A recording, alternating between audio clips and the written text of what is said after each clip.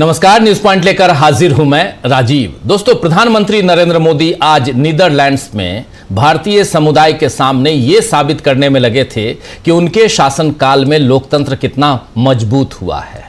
करोड़ों लोगों का भरोसा उन पर बना हुआ है, लेकिन देश में नरेंद्र मोदी पर भरोसा कितना डगमगाया हुआ है, ये बात नीट पेपर लीक मामले से सामने आई है और जिसमें कई बच्चों ने अपनी जान ले ली। अब राहुल गांधी ने मोदी से दो टूक कहा है कि या तो वो धर्मेंद्र प्रधान जो देश के शिक्षा मंत्री हैं उनको बर्खास्त करें या फिर इस मामले की जिम्मेदारी खुद लें। वहीं इस मामले के तार आरएसएस से भी कैसे जुड़े हैं यह भी राहुल गांधी ने बताया है। आइए आज शुरुआत करते हैं जरा राहुल गांधी के इस बयान से, इस वक्तव्य से, जिसे इन्होंने अभी से आधे घंटे पहले सोशल मीडिया के जरिए देश के सामने रखा है। सुनिए जरा। नीट में 2 साल 22 लाख स्टूडेंट्स ने काम किया, दिन रात काम किया, उनकी मेहनत बर्बाद हो गई है। पूरा देश जानता है कि एग्जाम से 2 दिन पहले व्हाट्सएप पे नीट का पेपर बांटा जा रहा था, डिस्ट्रीब्यूट किया जा रहा था। धर्मेंद्र प्रधान जी हिंदुस्तान के एजुकेशन मिनिस्टर कहते हैं कि मेरा कुछ लेना देना नहीं।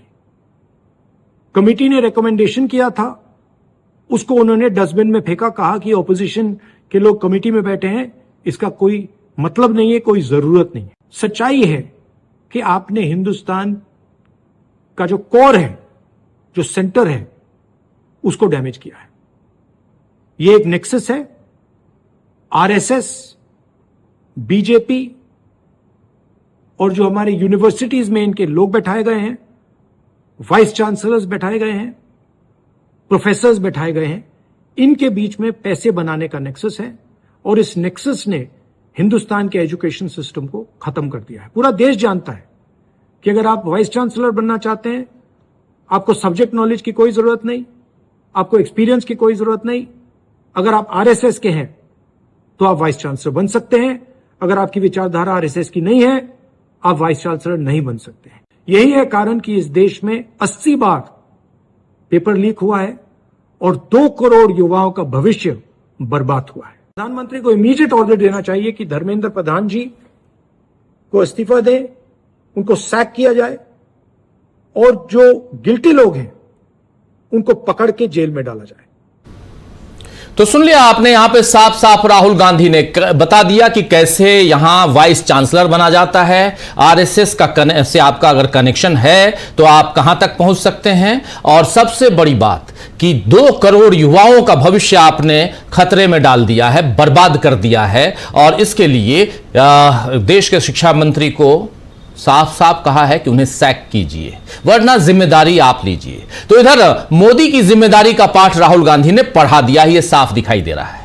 उधर CJI chief justice of India Suryakant ने भी कल के कॉकरोच और परजीवी वाले विवाद पर अपनी बात सामने रखी है। आपको बता दूं कि कल सीजेआई सूर्यकांत की कॉकरोच और परजीवी वाली टिप्पणी को लेकर देश में एक नई बहस छिड़ गई थी। खासकर सोशल मीडिया पर बहुत से लोगों ने इस बयान की आलोचना करते हुए बताया कि युवा अपनी मर्जी से बेरोजगार नहीं है और व्यवस्था में दोष बताना कोई अपराध नहीं है कि ऐसे लोगों को परजीवी कहा जाए। आरजेडी सांसद मनोज कुमार झा ने एक लंबी चौड़ी पोस्ट बाकायदा इस टिप्पणी पर अपनी प्रतिक्रिया व्यक्त करते हुए लिखा था, और ये कहें तो वो खुला खत लिखा था सीधे सीजेआई सूर्यकांत के नाम।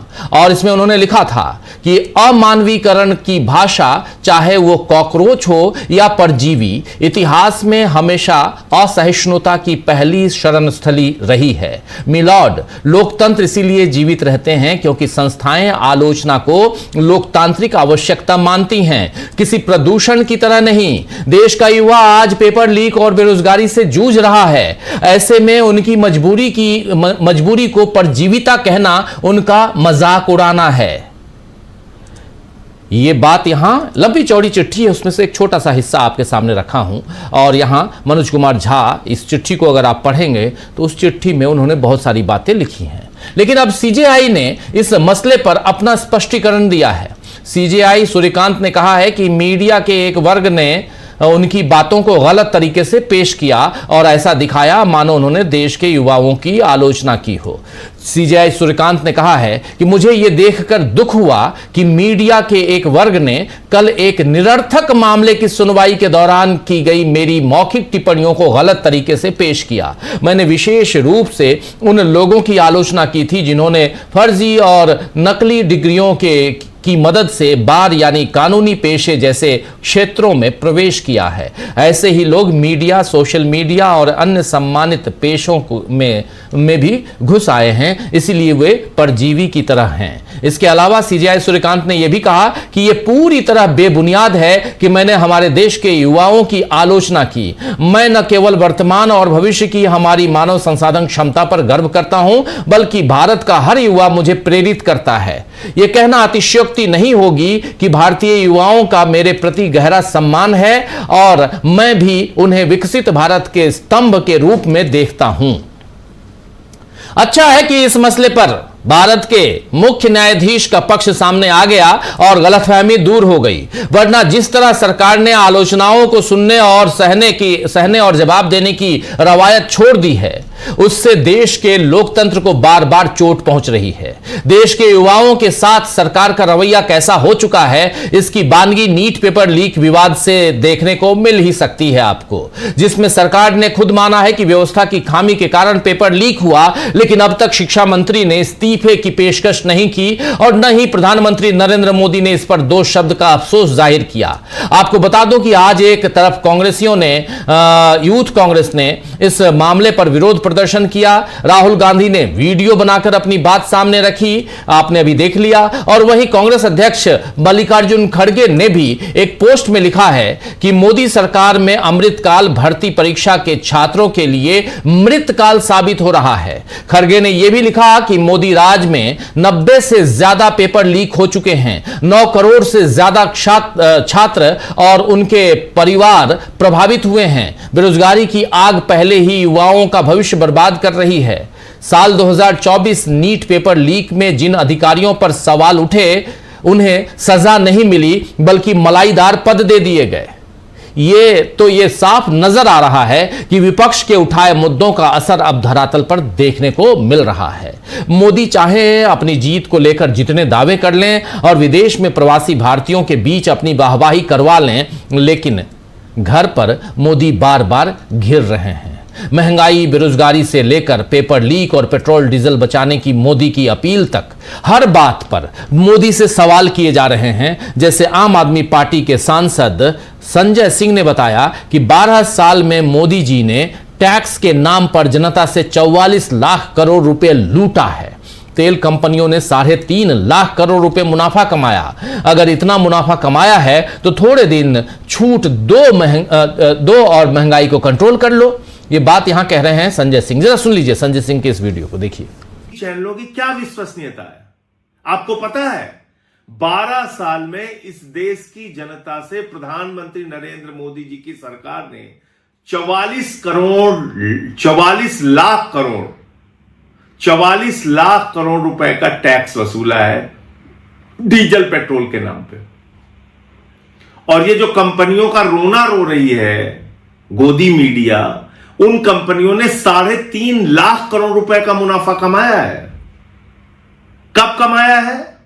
जब कच्चे तेल का दाम $30 प्रति बैरल था।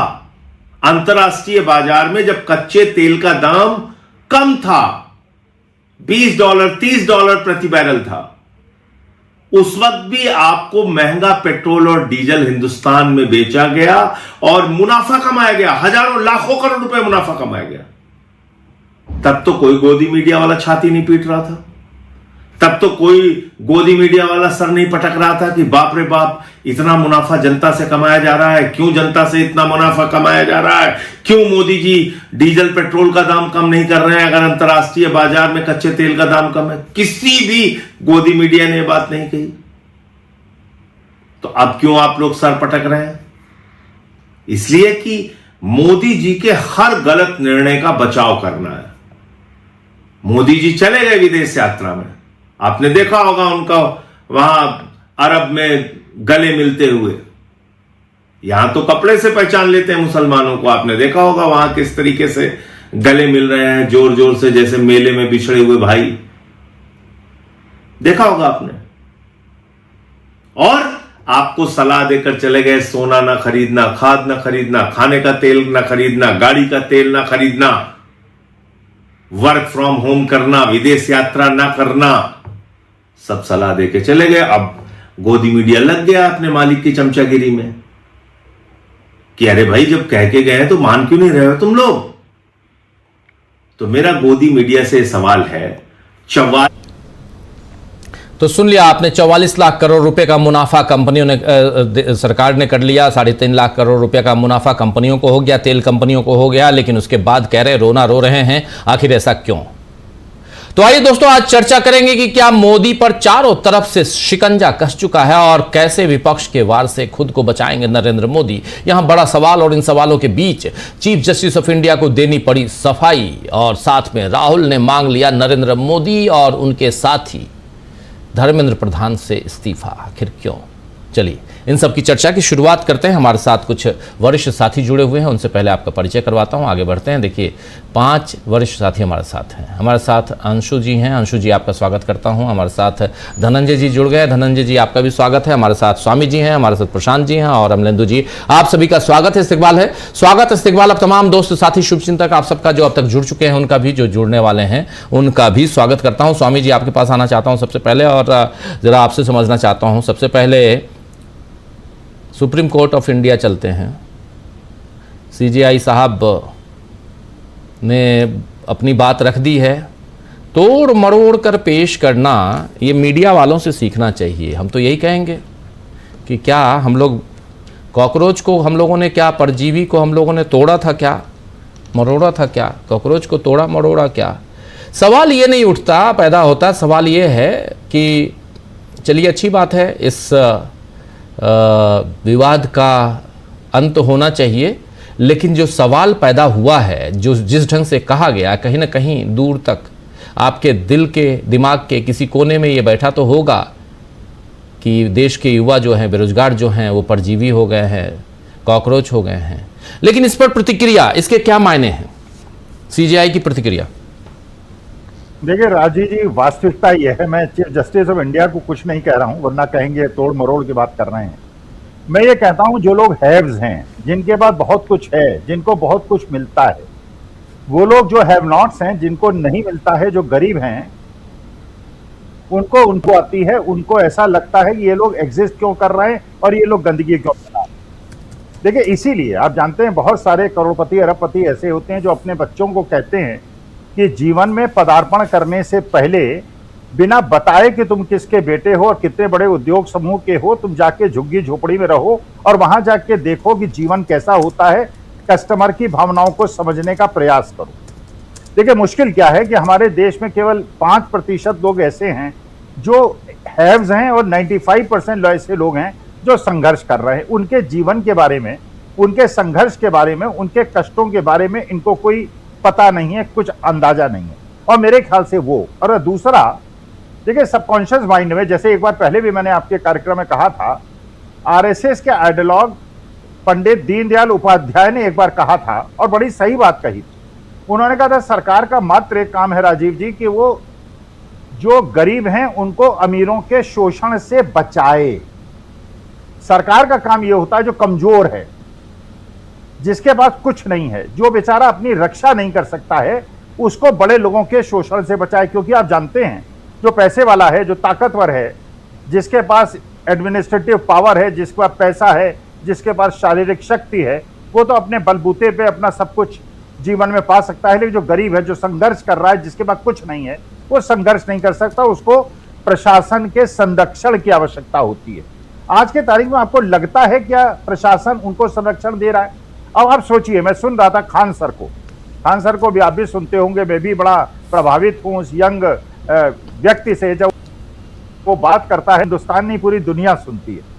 खान सर कह रहे थे कि जो 23 लाख लोग ये नीट के एग्जाम में बैठे हैं, इसमें कम से कम 5 लाख लोग ऐसे हैं जो अपने घर से चले हैं, तो स्टेशन पे इन्होंने प्लास्टिक की शीट बिछा के रात भर सोए होंगे, क्योंकि इनके पास इतना भी पैसा नहीं होगा कि 100-200 रुपए का होटल ले लें।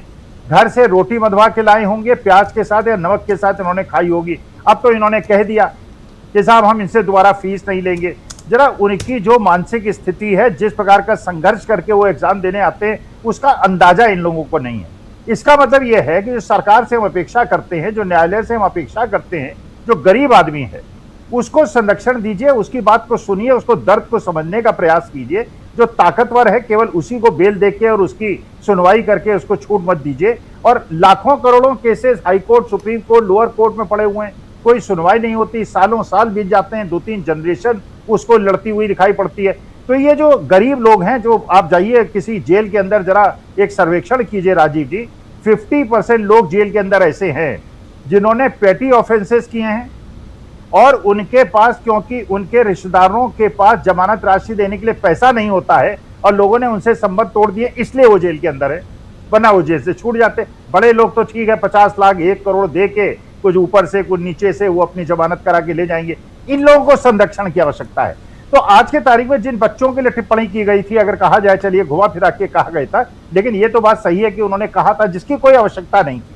अगर उन्होंने कहा था तो ये बच्चे हैं, इनको संरक्षण की आवश्यकता है। ये जो माई ऑनर, इनके आपको आपके संरक्षण की आवश्यकता है, आपके प्रेम की आवश्यकता है। ये लोग बेचारे ऐसे हैं जिनको परमेश्वर ने इतनी ताकत नहीं दी है कि अपना संघर्ष कर सकें। अगर आपका संरक्षण उनको प्राप्त हुआ तो हो सकता है आपके संरक्षण को प्राप्त करके जीवन में ये कठिन यात्रा को करके आप ही की कुर्सी में कल जाके बैठ जाएं। बहुत सारे ऐसे लोग जो संघर्ष करके ऊपर बढ़ते हैं, और आप तो देखते हैं आजकल सिविल सर्विसेज के अंदर 50% बच्चे ऐसे आते हैं जो बहुत गरीब घर के बच्चे होते हैं, लेकिन इनको संरक्षण की आवश्यकता होती है, इनकी उंगली पकड़ने की आवश्यकता होती है। लेकिन उस टिप्पणी से मुझे ऐसा लगा, मैं बहुत न्यायालयों का आदर करता हूं, उनसे डरता भी हूं, उनसे आदर भी करता हूं, डिफेमेशन का पात्र बनने के लिए मेरी कोई इच्छा नहीं है, लेकिन उससे ऐसा लगता है आपके सबकॉन्शियस माइंड में कुछ ऐसा है। ये गरीब जो हैं दुर्गंध फैलाते हैं, इनको रहने का अधिकार नहीं है, इनकी झुग्गियों को तोड़ दो, इनके मकानों को तोड़ दो, नोटिस देने की कोई आवश्यकता नहीं है। और बड़े बड़े लोग जो अतिक्रमण कर लेते हैं, 6-6, 7-7 फ्लोर बना लेते हैं, पूरी सड़क को घेर लेते हैं, पार्क को घेर लेते हैं, उन पर कुछ करने की आवश्यकता नहीं, क्योंकि वो शक्तिशाली है। मेरा ये निवेदन है, चाहे वो प्रशासन हो, चाहे वो राजनीतिक लोग हों, चाहे न्यायालय हो, गरीबों का संरक्षण कीजिए। जिनकी आवाज सुनने वाला कोई नहीं है उनको संरक्षण दीजिए। और ये बच्चे जो हैं, ये गरीब घर के बच्चे हैं, ये संघर्ष कर रहे हैं। और आपको पता होगा राजीव जी, कल हम डिस्कस कर रहे थे, 4 बच्चों ने सुसाइड किया था, आज तक 6 बच्चे सुसाइड कर चुके हैं। इन बच्चों को संरक्षण की आवश्यकता है, इनके मनोबल को बढ़ाइए। और एक बार चीफ जस्टिस ऑफ इंडिया अगर ये कह दें, ये बच्चे और किसी के नहीं हैं, ये देश के बच्चे हैं, और मैं चीफ जस्टिस ऑफ इंडिया इनको ये वो देता हूं, इनको कॉन्फिडेंस देता हूं कि संघर्ष कीजिए, पूरा देश आपके साथ है, मोदी जी आपके साथ है। लेकिन अगर इस प्रकार का इनका तिरस्कार होगा, इनका मन टूटेगा, इस प्रकार के कदम उठाएंगे, इनके माँ बाप बिल्कुल सड़क पे आ जाएंगे, उनके दिल टूटों का काम है इन बच्चों को मजबूती देने का, और देश का काम है ये गरीब बच्चों के जो संघर्ष कर रहे हैं इनको मजबूती का काम देने का। और न्यायाधीश महोदय, कृपा करके आप जो सबकॉन्शियस माइंड है और जो कॉन्शियस माइंड है उसके पीछे संघर्ष को टालें और वही बात कहें जो आपसे अपेक्षा की जाती है, क्योंकि आप पूरे हिंदुस्तान के स्ट्रक्चर में, लेकिन हम लोग भी जो 4थे स्तंभ के लोग हैं या 5वें स्तंभ के हैं या कोई स्तंभ के लोग हैं, हम लोग भी पढ़े लिखे लोग हैं। ऐसा नहीं है कि हमें नौकरी नहीं मिली, 50 साल नौकरी करने के बाद इस क्षेत्र में आए हैं और अपने समाज के से बात करने आए हैं। ऐसा नहीं है कि हम ऐसे लोग हैं जो कि हर जगह से तिरस्कार पा के इस क्षेत्र में आए हैं। जितने लोग आपके पैनल में बैठे हुए हैं सब पढ़े लिखे लोग हैं, सब समझदार लोग हैं, सबने अपना जीवन अच्छे कामों में लगाया है, और जीवन पर्यंत जब तक हमारी सांस नहीं टूटेगी, भारत माता के लिए जो हमारा कर्तव्य है उसका निर्वहन करते रहेंगे। तो कृपा करके इस भारत को जोड़े रखें और गरीब लोगों को संघर्ष दें, बड़े लोग अपना संघर्ष खुद लड़ लेंगे। जी जी, गरीब लोग, अमीर लोग, लेकिन बेरोजगार कहाँ जाएं? बेरोजगारों पे बात हो रही है, बेरोजगारी दर बढ़ गई, महंगाई दर बढ़ते हुए हम देख रहे हैं, और आखिर इसकी चिंता कौन करे? अभी राहुल गांधी का भी आप लोग बयान सुन रहे थे। धनंजय जी, आवाज़ आ रही है हमारी? आ रही है? धनंजय जी की आवाज़ नहीं है, जरा आप उल्टा खोलिए, ऑन कीजिए। आवाज आ रही है? जी, अब आ रही है, अब आ रही है। धनंजय जी, आपके पास आता हूँ। हाँ धनंजय जी, बहुत लोग कहने लगे मैं भी कॉकरोच, मैं भी परजीवी। पत्रकार हैं आप भी, आपने पता नहीं लिखा कि नहीं लिखा, लेकिन हाँ, सीजेआई ने अपनी सफाई दी है। उन्होंने साफ साफ कहा है कि मेरा कहने का मतलब ये नहीं था, और विकसित भारत में युवाओं का क्या योगदान है उसको मैं समझता हूँ। चलिए जो भी है, कॉग्निजेंस में लिया, उन्होंने धमकाया नहीं कि सबको डिफामेशन में मैं सबके जेल के अंदर डलवा दूंगा। अच्छी बात है कि उन्होंने ये नहीं कहा, नहीं तो चाहते तो वो औरों की तरह कह सकते थे, ये बड़ी बात है। लेकिन बात तो निकल चुकी है धनंजय जी, बहुत दूर तक जा चुकी है। टिप्पणी तो होगी, बात तो हम करेंगे, और इसमें डरने वाली क्या बात है। मुझे लगता है कि अगर हम ईमानदारी के साथ आपका विरोध अगर कर रहे हैं, गांधी जी ने भी विरोध किया था और गांधी जी भी बार के थे मेंबर, गांधी जी भी बहुत जूनियर थे, तो क्या गांधी जी को भी यही कहा जाता कि परजीवी हैं, कॉकरोच हैं? भाई उनको भी तो यहाँ पर केसेस नहीं मिल रहे थे जब बैरिस्टर बन के आए। तो इसीलिए चलिए, बार में ही कुछ लोग हैं, आप सीबीआई से जांच करवाइए या किसी से जांच करवाइए। डिग्री का तो बहुत खेल है। मिलॉर्ड के पास एक डिग्री और भी पड़ी हुई है, उसकी जांच के लिए कई बार लोग गए कि जांच कर दीजिए। मिलॉर्ड ने उस डिग्री की जांच के लिए किसी सीबीआई का सहारा भी नहीं लिया। लेकिन जब डिग्री की जांच, वो कहते हैं कि बहुत ऐसे एडवोकेट काले कपड़े पहन के, कोट पहन के आ जाते हैं, घूमते हैं वरिष्ठ बनने के लिए, और ये अगर इनको जो कल केस गया था उनके पास, ये अगर मेरे पास आएगा तो इसे मैं वरिष्ठ नहीं बनाऊंगा। जो भी गुस्सा रहा हो, लेकिन बात है कानून की, बात है ना, और कानून की बात है तो इतना लोकतंत्र, हमें इतनी आज़ादी, आर्टिकल 14 समानता का अधिकार, इतना तो है जिसमें हम अपनी बात खुल के बोल पाएं कि बिल्कुल हम चुप हो जाएं, रवांडा मीडिया बन जाएं, या हम कॉकरोच बन जाएं, या हम परजीवी हैं। तकलीफ हुई, बहुत आहत हुआ हूं, शायद आप लोग भी आहत हुए होंगे। ये बहुत तकलीफ देह है कि अगर देश का कोई, देश के सीजेआई जिनसे न्याय की उम्मीद हम करते हैं, वही कहें ऐसी बात। मनोज कुमार झा ने बहुत अच्छी चिट्ठी लिखी हम लोगों की तरफ से, उन्होंने अपनी तरफ से भी लिखी, या चूंकि हम पत्रकार हैं हमारे लिए भी लिखी, उन्होंने हमारा पक्ष रखा है, उन्होंने, उनको धन्यवाद। और इस कार्यक्रम के ठीक बाद मनोज कुमार झा सांसद साहब, आरजेडी सांसद, बेबाक टिप्पणी करते हैं। उनका इंटरव्यू देखिए, प्रशांत टंडन जी ने इंटरव्यू लिया है, इसी प्रोग्राम के बाद सीधे इसी मसले पे उनका इंटरव्यू देखिएगा जरूर, अभी ठीक इसके बाद, इस प्रोग्राम के बाद। लेकिन धनंजय जी, आपसे आपकी टिप्पणी। सबसे पहले तो आप सबको नमस्कार। आपको भी नमस्कार। देखिए, मेरे मन में दो सवाल आए जब उन्होंने ऐसा कहा।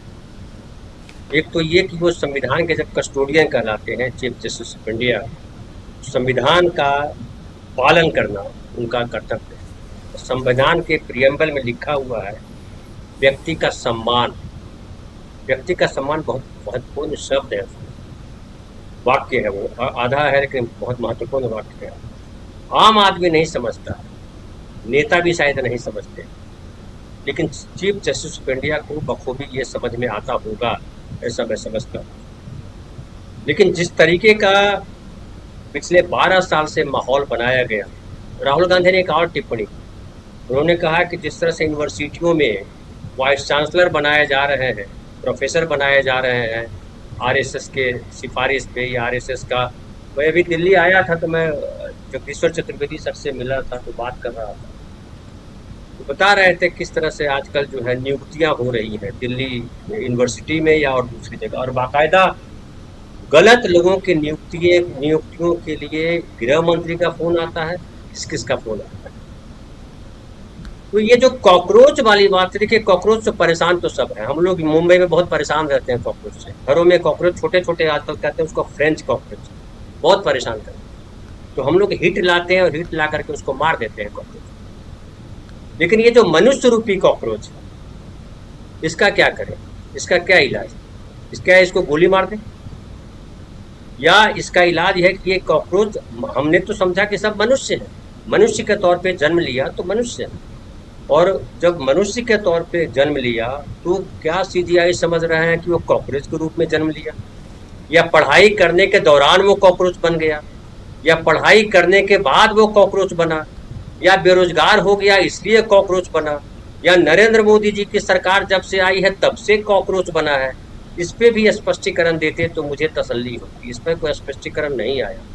कई लोग बोलते हैं कि ये इस देश का युवा जो है ऐसा है। हालांकि याद कीजिए, नरेंद्र मोदी जी ने कहा था कि ये भारत की ताकत है, भारत के युवा, पर 35% युवा जो भारत की ताकत है। और प्रधानमंत्री बोलते हैं ताकत है, ये बोलते हैं कॉकरोच है। ठीक है, सब युवाओं को नहीं बोला, अपने बेटे को तो नहीं बोला होगा सीजीआई साहब ने। उनका बेटा कॉकरोच थोड़े है, उनका बेटा तो बड़ा देश का कर्णधार है, कल जो है देश चलाएगा वो, सीजीआई वो भी बन जाएगा उनका बेटा। तो अपने बेटे को लिए नहीं बोला, उन्होंने हमारे बेटों के लिए कि आप तुम जो है कॉकरोच हो और तुम्हारे बेटे भी कॉकरोच। जिस हाल में आज इस देश की यूनिवर्सिटियां हैं, कॉलेजेज हैं, जिस हाल में इस देश की पूरे एजुकेशन सिस्टम, नीट की परीक्षा का जिस तरह से फिर पेपर लीक हुआ और कहा गया गुजरात में वो मास्टरमाइंड था जिसको कल पकड़ लिया, ये किसकी जिम्मेदारी है? क्या हमारी जिम्मेदारी है? हमारे बच्चों की जिम्मेदारी है कि पेपर लीक ना हो? क्या हमारे बच्चों की जिम्मेदारी है कि कॉलेज में सही तरीके से पढ़ाई हो? क्या हमारे और हमारे बच्चों की जिम्मेदारी है कि जो डिग्री मिल रही है वो डिग्री ऑथेंटिक हो? ये किसकी जिम्मेदारी है? अगर फर्जी डिग्री बट रही है तो ये जिम्मेदारी किसकी? आम आदमी की जिम्मेदारी है, आम युवा की जिम्मेदारी है, या भारत सरकार की जिम्मेदारी है, स्टेट गवर्नमेंट की जिम्मेदारी है? और अगर स्टेट गवर्नमेंट, भारत सरकार इसकी जिम्मेवारी नहीं उठा पा रही है तो क्या ये सुप्रीम कोर्ट की जिम्मेदारी नहीं है कि वो इस पर बात करे? उन्होंने कहा मैंने मौखिक टिप्पणी की। अरे मैं तो कहता हूं कि आप लिखित टिप्पणी कीजिए, और केवल टिप्पणी मत कीजिए, आप आदेश दीजिए कि इस देश में फर्जी डिग्रियों का धंधा कौन चला जा रहा है, उसको पकड़ा जाए। लेकिन क्या सीजीआई ये काम करेंगे? क्योंकि जब ये सीजीआई काम करेंगे, फर्जी डिग्री कौन चला रहा है, तो प्रधानमंत्री की जो फर्जी डिग्री बनी है उसकी भी जांच करनी पड़ेगी। तो कुल मिलाकर के राजीव भाई, स्थिति ये है कि चीफ जस्टिस ऑफ इंडिया वही कह रहे हैं जो हमारे गांव का एक कोई मंगरू राम बोलता है। मंगरू राम भी यही बोलता है कि अरे क्या ये लोग है लफंगा, सब खाली कीड़ा मकोड़ा की तरह जन्म ले दिया है, न मंदिर जाता है, न भगवान का नाम लेता है, न माता पिता का सम्मान करता है, दारू पीता है, ताश खेलता है, पड़ा रहता है। अब बोल रहा था बाप देखिए पैसा लगाया, कहा कि बीए कर गया पास। क्या बीए पास कर गया? एक जो है 15,000 की नौकरी नहीं मिलती। तो बताइए, वो जो 15,000 की नौकरी नहीं पा रहा है, आत्महत्या कर रहा है। नीट का एक विद्यार्थी जो है वो आत्महत्या करता है, कई विद्यार्थी आत्महत्या करते रहते हैं, नीट की कोचिंग के दौरान आत्महत्या कर देते हैं बच्चे, इतने प्रेशर में होते हैं। लेकिन उस प्रेशर में रह रहे बच्चों के प्रेशर को क्या सीजीआई महसूस कर रहे हैं? ये बड़ा अहम सवाल है, सीजीआई को इस पर जवाब देना चाहिए। कॉकरोच वो कह रहे हैं, मैं कॉकरोच तो नहीं, मैं तो कम से कम कह सकता हूं कि मैं कॉकरोच नहीं हूं। मैंने पढ़ाई की है, जर्नलिज्म किया है, तो ईमानदारी की पत्रकारिता की है, और मुझे पत्रकारिता भी समझ में आती है, मुझे न्यायपालिका भी समझ में आती है, मुझे सरकार होने का भी मतलब समझ में आता है, मुझे संविधान का मतलब भी समझ में आता है। इसी के तहत आपके चैनल पे, आपके माध्यम से मैंने सवाल उठाए हैं कि कॉकरोच इंसान या वो युवा कैसे बना। इस पर जांच बिठाना चाहिए, जांच आयोग बिठाना चाहिए चीफ जस्टिस को, और बल्कि मैं कहता हूं कि अपने देख रेख में बिठाए, खुद वो चीफ बने कि इस देश का युवा कॉकरोच कैसे बन गया। वो चाहे वो फर्जी डिग्री लिया हुआ वकील हो, या फर्जी डिग्री लिया हुआ कोई मंत्री हो, या फर्जी डिग्री लिया हुआ कोई मुख्यमंत्री हो, या फर्जी डिग्री लिया हुआ कोई और व्यक्ति। हम ये जानते हैं, हम देखिए बिहार से आए हैं, बिहार में डिग्रियों का खेल चलता है। हमको पता है वहाँ कॉलेजों में पढ़ाई नहीं होती है, डिग्री बढ़ती है, और खाली बिहार में नहीं बढ़ती, वो डिग्री गुजरात में भी बढ़ती, वो डिग्री दिल्ली में भी बढ़ती, वो डिग्री पूरे देश में बढ़ती, वो डिग्री जो है अमेरिका में भी बढ़ रही है। हमारे बिहार के मुख्यमंत्री जो है वो अमेरिका से एक डिग्री लेके आए हैं ना। अब पीके कह रहे थे फर्जी डिग्री है, वो कह रहे हैं असली डिग्री है। तो ये फर्जी और असली का खेल जो है, यही तो पकड़ना था सीजीआई को, जो सीजीआई नहीं पकड़ पा रहे हैं। अब सीजीआई अपना काम नहीं कर रहे हैं, वो दोष किसी और पे मढ़ रहे हैं। तो पिछले कुछ दशक से ये हमारे देश में चलन हो गया है कि आप दूसरे पर दोष मढ़िए। नेहरू को गाली दीजिए, नेहरू को बता दीजिए कि आपकी वजह से देश का एजुकेशन सिस्टम खराब। आप राहुल गांधी को दोष दे दीजिए कि राहुल गांधी की वजह से जो है देश गलत दिशा में जा रहा है, नरेंद्र मोदी इतनी अच्छी दिशा में ले जा रहा है, वो भटक रहा है। मैं एक आपको न्यूज दिखाऊं, अभी वहाँ का मोरबी का, गुजरात का एक न्यूज है, बड़ा भयावह है। और उस न्यूज में ये है कि वहाँ एक व्यक्ति जो है रेंट नहीं दे पाया, 2,000 रुपये, 2,000 रुपये रेंट नहीं दे पाया, और जो फ्लैट, जो घर का जो मालिक है, उसकी बीवी और उसकी नाबालिग बच्ची के साथ रेप करता रहा। सीजीआई इस पर ध्यान देंगे, स्वतः संज्ञान लेंगे? क्या कहेंगे हाई कोर्ट को, गुजरात हाई कोर्ट को, कि भैया वो कौन है, पकड़ के लाओ, वो कॉकरोच है, वो लकड़बग्घा है, वो कौन है? इस पे बात करेंगे। मोरबी में ब्रिज गिर गया था, ढेर सारे लोग मर गए थे, क्या हुआ उस जांच का कुछ पता है? तो ऐसे कई सारे सवाल हैं, लेकिन सवालों के बीच हम गिर गए हैं राजीव भाई। और कॉकरोच है, चींटी है, या क्या है? हालांकि हमारी संस्कृति में कहते हैं कि चींटी का भी सम्मान किया जाता है, इसलिए चींटी को हमारी संस्कृति में आटा या शक्कर दिया जाता है। तुम भी जियो, हाथी को भी, पीपल को भी, सबको सम्मान है, लेकिन दुर्भाग्य है कि हमारे देश में अब बेरोजगारों का सम्मान नहीं है, युवाओं का सम्मान नहीं है। और संविधान लागू होने के बाद चीफ जस्टिस ऑफ इंडिया अगर इस तरह की बात कर रहे हैं तो बेहद दुर्भाग्यपूर्ण है, बेहद हताशा भरी पूरी का पूरा प्रसंग है। अब इस पर कौन संज्ञान लेगा, कौन बात करेगा? हम नहीं बात करेंगे तो कौन नहीं बात करेगा? ये भी बड़ी चिंता का विषय है। जी बिल्कुल बिल्कुल, आप सही कह रहे हैं। जरा प्रशांत जी, कैसे देखते हैं आप इसको, इस पूरे मामले को? और चूंकि अब हालांकि सीजीआई ने इससे पल्ला झाड़ लिया है, कह दिया है कि तोड़ मरोड़ कर पेश किया गया मेरी बातों को, लेकिन ओवरऑल जब हम इसकी गहराई में जाते हैं, देश की बेरोजगारी को देखते हैं, देश में अब अभी देख रहा था मैं कि राजस्थान में वहाँ पुलिस जो है वो साइकिल पर गश्त करेगी, साइकिल चला रही है पुलिस।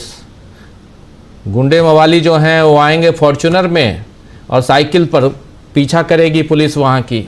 समझ लीजिए आप, ये स्टंट मैनेजमेंट चल रहा है, ये मैनेजमेंट है, स्टंट कर रहे हैं नई नई साइकिल लेकर। अभी दिखाता हूँ तस्वीर, अभी लेके आता हूँ थोड़ी देर में। लेकिन आश्चर्यजनक है ये क्या कर रहे हैं, देश किस दिशा में जा रहा है, इसकी चिंता किसको है? नरेंद्र मोदी भाषण दे रहे थे आज नीदरलैंड्स में, सुने होंगे आप लोग भाषण। 25 साल, अरे भाई इलेक्टेड प्रधानमंत्री आप हैं, 25 साल में 13 साल आप सीएम रहे और 12 साल आपके प्रधानमंत्री के कार्यकाल के हो गए, लेकिन आपके इलेक्शन में भी, उस पर भी तो किस ढंग से आरोप लग रहे हैं। आप पाक साफ हैं क्या? इसी सुप्रीम कोर्ट ने अभी परसों कहा सुनवाई के दौरान कि निष्पक्ष हैं तो निष्पक्ष दिखिए भी, स्वतंत्र हैं तो स्वतंत्र रहिए भी, रहने की कोशिश कीजिए। जस्टिस दीपांकर दत्ता की टिप्पणी ये इलेक्शन कमीशन ऑफ इंडिया के लिए है।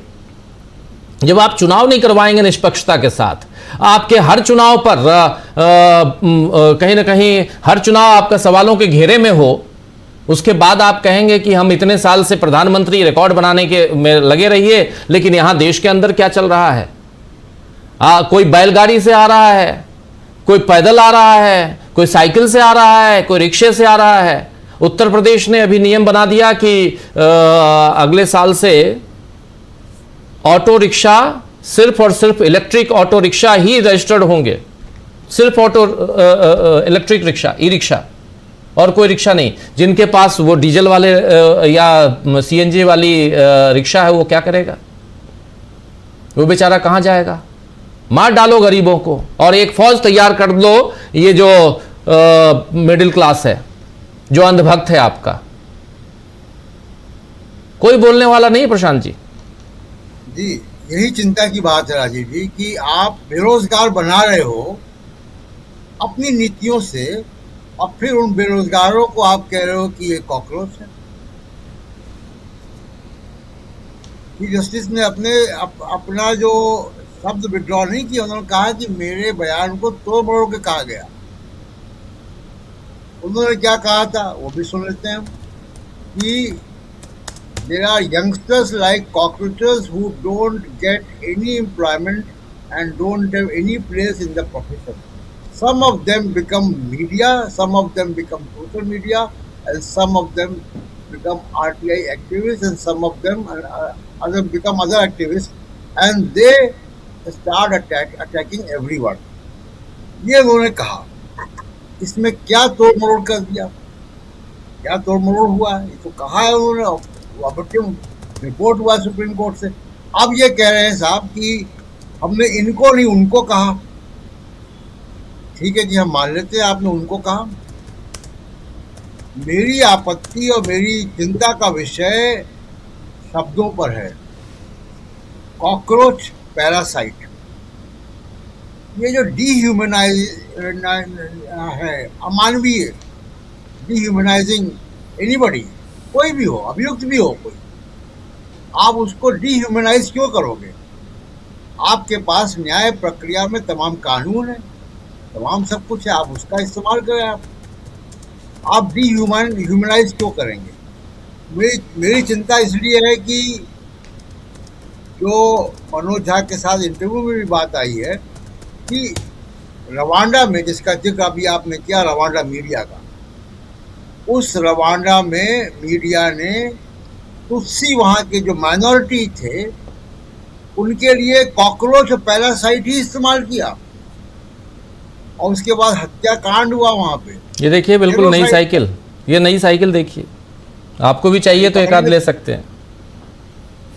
ये चोरों को पकड़ेंगे जी इस पे बात अपनी जी। लेकिन आप देखिए कि उसके बाद 6 लाख लोग मार दिए गए, 2.5 लाख बलात्कार हुए, 100 दिन के अंदर लाखों लोग मार दिए गए इसी नफरत के चलते। तो ये जो नफरत का माहौल ऑलरेडी है देश में, उसमें सीजीआई का बयान एक तो उनका वैचारिक रुझान दिखाता है कि आपने इन शब्दों को लिया, ये शब्दों का चयन आपका वैचारिक रुझान दिखाता है। क्योंकि अमित शाह भी बोलते हैं टर्माइट, कीमत बोलते हैं बहुत से लोगों को। ये जो शब्दावली है, ये शब्दावली कहाँ से आ रही है? ये शब्दावली के एक वैचारिक बैकग्राउंड है, और इस पे तमाम दुनिया भर के पॉलिटिकल साइंटिस्ट ने काम किया है। ये जो एंटी डेमोक्रेटिक फोर्सेस होती हैं, जो एंटी डेमोक्रेटिक विचार है, वो किस शब्दावली के साथ आता है? तो ये जो कॉकरोच और टर्माइट है, पैरासाइट है, ये मामूली शब्द नहीं है, इसके पीछे एक पूरी विचारधारा है। इसलिए मेरी परेशानी है, वो किसी को कहो किसी को ना कहो, तो ये शब्दों का चयन पे बात कर, कल भी मैंने राजीव जी बात रखी थी कि हम आप कैमरे के सामने हैं, लाखों लोग इसको देखते हैं, हमारे शब्दों का चयन, हमारे विषयों का चयन जो है वो इसी हिसाब से होता है, एक सामाजिक जो नैतिकता है उसके तकाजे पर होता है। ये कॉफी हाउस बातचीत नहीं है, ना ये ड्राइंग रूम टॉक है, ये मीडिया का काम है जो हम अपनी बात रख रहे हैं। ये चिंता का विषय है, और ये दिखा रहा है कि जो डेमोक्रेटिक इंस्टीट्यूशंस हैं वो उनकी हालत कितनी खराब है। जो सुप्रीम कोर्ट है या न्यायपालिका है, वो सिस्टम में वो काम करती है, हमारे शरीर में किडनी काम करती है खून साफ करने का। अगर किडनी खराब है तो वो पूरे शरीर में बीमारी जाएगी, और यही हो रहा है। कभी कोई चीफ जस्टिस प्रधानमंत्री के साथ आरती करता है, कभी कोई चीफ जस्टिस अपने खिलाफ आरोप में बेंच में बैठ जाता है, रिटायर होने के बाद वो राज्यसभा का एमपी बन जाता है, कभी कोई चीफ जस्टिस गवर्नर बन जाता है। ये जो जुडिशरी का हालत है पिछले 10-12 साल में, वो बड़ा ऐतिहासिक गिरावट है। तो जस्टिस सूर्यकांत को बहुत कुछ ठीक करना है, अगर यहीं से इसको मान ले वो, लेकिन इस पे उनको पुनर्विचार करना चाहिए कि ये शब्द उनके जहन में आए कहाँ से, और उसको चेक करना चाहिए। कभी कभी हमसे भी गलतियां होती हैं, हमसे सबसे गलती होती है, हम उसको रिव्यू करते हैं कि ये कहाँ से आ गया हमारे पास, ये हमारी सोच में ये वायरस आया कहाँ से। ये उनको आत्मावलोकन करना है कि उनके दिमाग में ये वायरस कहाँ से आया। इसको कहते हैं फ्रॉडियन स्लिप, कि आपसे गलती से भी वो चीज़ें निकल जाती हैं जो आपकी अवचेतना में होती हैं, जिसकी बात अभी प्रोफेसर साहब कर रहे थे। तो ये दिक्कत चीफ जस्टिस को ये देखना है। अब ये साइकिल वाली बात है, देखिए ये बड़ा गंभीर मामला है। गंभीर मामला ये, कई बार हमारी अफसरों से बात होती है, जब कोई रेल दुर्घटना होती है, कुछ बातें होती है, तो अफसरों से बात होती है, वो कहते हैं हमारे ऊपर इतना प्रेशर है कि सेल्फी भेजो, तो पूरा जो सिस्टम है वो हेडलाइन मैनेजमेंट, सेल्फी और रील में चल रहा है। कोई हवाई जहाज में बिजनेस क्लास में न चल के देवेंद्र फडणवीस जो है बिजनेस क्लास में न चल के इकोनॉमी क्लास में चल के इकोनॉमी क्लास की वो सेल्फी पोस्ट कर रहे हैं कि प्रधानमंत्री ने कहा तेल बचाओ।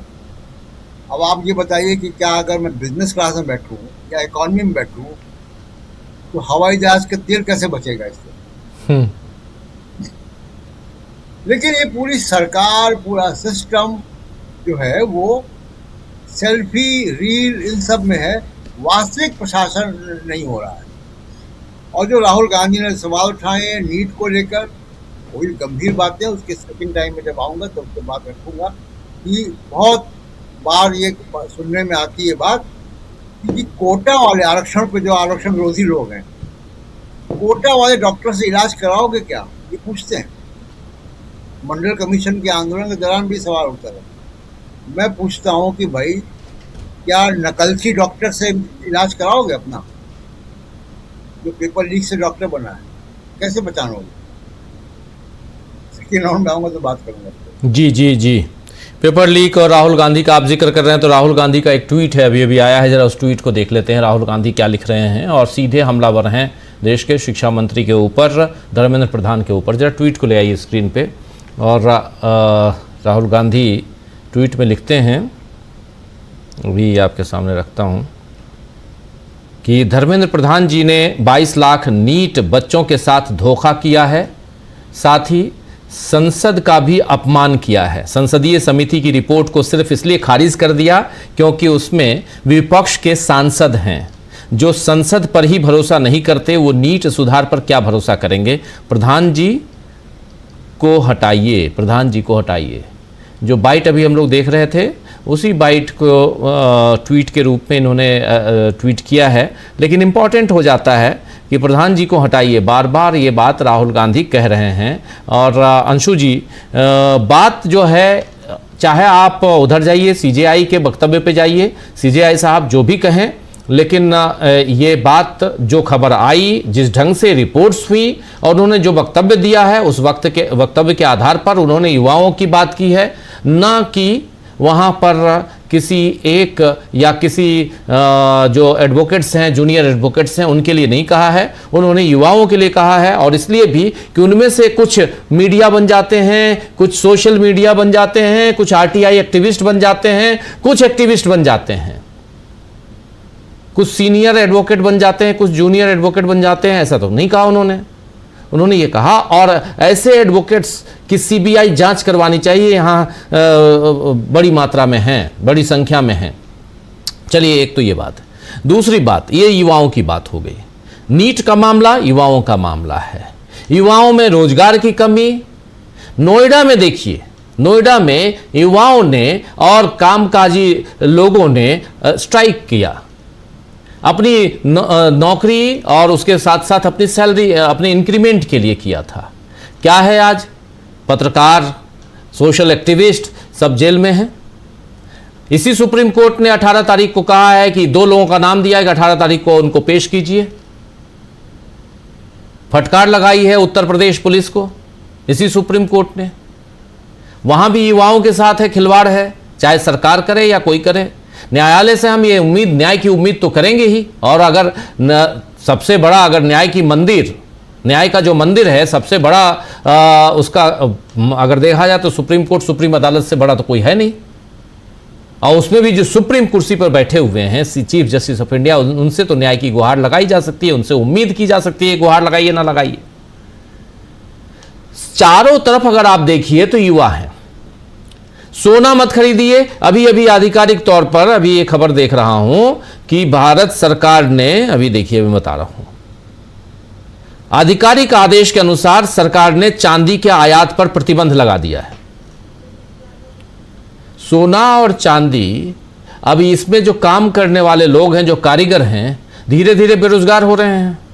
आपने मनरेगा खत्म कर दिया, वो अपने गांव जाएंगे, वहां भी खेती बाड़ी, खेत में काम करने के लिए, गांव में काम करने के लिए उनके पास वहां रोजगार नहीं है। तो देश किस दिशा में जा रहा है ये दिखाई दे रहा है। और ऐसे में सवाल तो उठेंगे ना। उसके बाद आप हाथ में साइकिल पकड़ा दीजिए, पुलिस वाले साइकिल से घूमेंगे।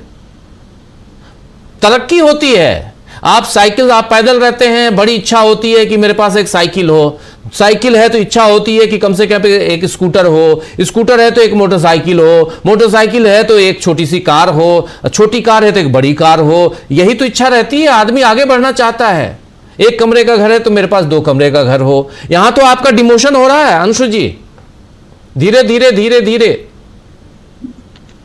बिल्कुल सही बात कह रहे हैं आप राजीव जी, और ये बड़ी दुखद बात है कि हमारा देश जो है वो निरंतर समस्याओं में ही घिरता जा रहा है, और जो हमारी सरकार जिसको समाधान प्रस्तुत करने चाहिए वो सब कुछ जनता पे ही छोड़ देती है। मुझे तो ये एक पिक्चर याद आती है, एक तस्वीर, जब मोदी जी ने एकदम साष्टांग प्रणाम किया था बंगाल का चुनाव जीतने के बाद, दंडवत जनता के सामने होकर, तो मुझे लग रहा था कि वो शायद यही कह रहे हैं कि अब सब आप ही लोगों के ऊपर है, मैं तो कुछ नहीं कर सकता हूं, बस आपको प्रणाम करना। यानी आप लोग सब कुछ छोड़ दीजिए, आप सोना मत खरीदिए, आप गाड़ियों पर मत चलिए, आप विदेश यात्राएं मत करिए, आप बिल्कुल अपने आप को एकदम इन सब चीजों से हटा लीजिए। मेरा पूछना ये भी है कि हम देख रहे हैं कि हमारे आसपास भी बहुत सारे देश हैं जो इकोनॉमिक तौर पे हमसे भी बहुत पीछे हैं, लेकिन उन देशों में इस तरह के प्रतिबंध अभी तक मैंने सुने नहीं है कि इस तरह से जनता से कहा जा रहा है। ये एक तरह की पैनिक की स्थिति क्रिएट की जा रही है। आप खुद देखिए कि ये कह देना, आपको समाधान देना चाहिए था, और आपने कहा है कि 1 साल तक सोना ना खरीदिए। आपने क्या सोचा कि सोना से खरीदने और बेचने वाले सिर्फ क्या अमीर लोग ही इस व्यवसाय से जुड़े रहते हैं? 1.5 करोड़, इससे भी ज्यादा ऐसे लोग हैं जिसमें छोटे छोटे कारीगर भी हैं।